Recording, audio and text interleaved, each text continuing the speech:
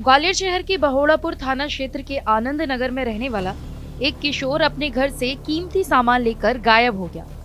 खास बात यह है कि उसने अपनी पहचान छिपाने के लिए अपनी मां की साड़ी का सहारा लिया और उसे पहनकर महिला का वेश बनाकर घर से निकला और गायब हो गया। जब मामला पुलिस के पास पहुंचा और आसपास लगे सीसीटीवी कैमरे खंगाले गए तो सभी हैरान रह गए, क्योंकि सीसीटीवी में साड़ी पहनकर जा रही महिला कोई और नहीं बल्कि घर से गायब हुआ किशोर था। अब पुलिस परिजनों से मिली जानकारी और अन्य तथ्यों के सहारे किशोर की तलाश कर रही है। दरअसल शहर के बहोड़ापुर थाना क्षेत्र के आनंद नगर में एक मल्टी में रहने वाला 14 साल का किशोर अपने घर से अचानक गायब हो गया। जाते जाते किशोर अपने साथ 3 बैग में पुराने गहने और नकदी साथ ले गया, लेकिन अपना मोबाइल फोन घर पर ही छोड़ गया।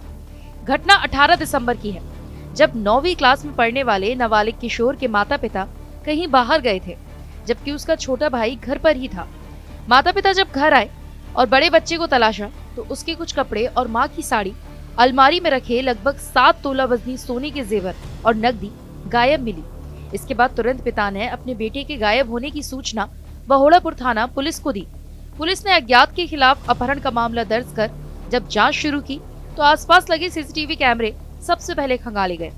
सीसीटीवी फुटेज में एक महिला पुलिस को जाती हुई दिख रही थी, लेकिन गायब हुआ किशोर का कुछ पता नहीं चल रहा था। ऐसे में पुलिस ने एक बार फिर से सीसीटीवी फुटेज परिजनों के साथ देखी, जिसमें दिख रही महिला को इस बार गायब किशोर की मां ने पहचान लिया। सीसीटीवी में जाती दिख रही महिला कोई और नहीं बल्कि गायब किशोर ही था, क्योंकि जिस साड़ी को पहनकर वो जाता दिख रहा था वो उसकी मां की ही थी। बहोड़ापुर पुलिस थाने में एक परिजन द्वारा रिपोर्ट दर्ज कराई गई है कि उनका नाबालिग लड़का घर से बिना बताए ट्यूशन का बोल के गया था और वो लौट के नहीं आया, तो उस पर से अपराध पंजीबद्ध कर विवेचना में लिया गया। विवेचना में ये तथ्य सामने आए कि उनके परिजनों ने और सभी ने इन्वेस्टिगेशन में भी सीसीटीवी फुटेज चेक करे उनके घर के, तो फुटेज के आधार पर ये पता चला कि वो साड़ी पहनकर वो घर का सामान लेकर जाता हुआ दिखा है।